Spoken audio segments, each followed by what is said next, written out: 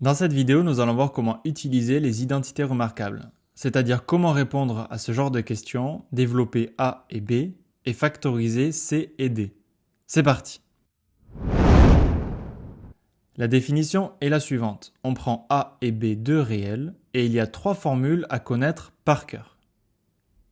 Première formule, A plus B au carré égale à A au carré plus 2 fois A fois B plus B au carré. Ensuite, on a la deuxième formule, A moins B au carré égale à A au carré moins 2 fois A fois B plus B au carré. Et enfin, la dernière, A plus B fois A moins B égale à A carré moins B carré. Si on doit développer, on va utiliser les formules en allant du membre de gauche vers le membre de droite, et pour factoriser, du membre de droite vers le membre de gauche. Prenons nos exemples et on commence avec l'expression A qui est égale à 2x plus 3 au carré. Il faut la développer, donc on va partir du membre de gauche d'une des trois formules. On a une parenthèse au carré et à l'intérieur on a 2x plus 3. Du coup, ça va être la première formule. Dans notre exemple, c'est 2x qui va jouer le rôle de A et 3 qui va jouer le rôle de B. On applique donc la formule de droite en remplaçant A par 2x et B par 3.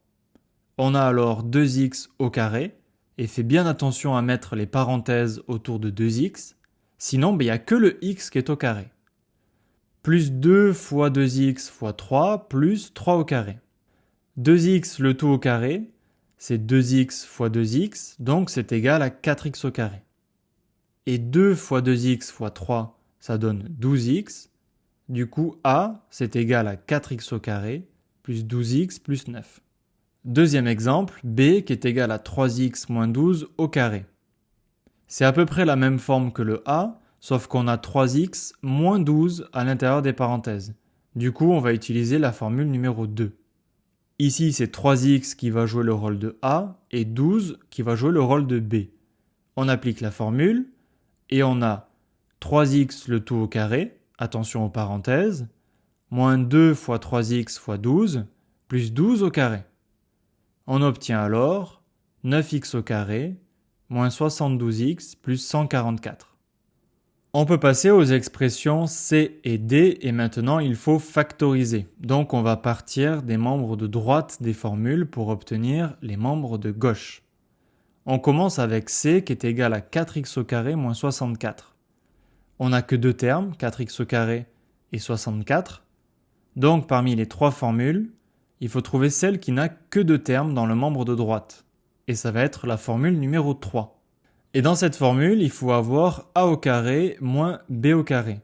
Il faut donc avoir deux carrés. Et pour obtenir ça, on va écrire l'expression C différemment. 4x au carré, c'est 2x le tout au carré, comme on a vu tout à l'heure. Et 64, c'est le carré de 8. Du coup, l'expression C, elle va s'écrire 2x au carré moins 8 au carré. On reconnaît alors A carré moins B carré, avec 2x qui joue le rôle de A et 8 qui joue le rôle de B. On peut alors utiliser la formule pour obtenir A plus B fois A moins B, c'est-à-dire 2x plus 8 fois 2x moins 8, et c'est terminé.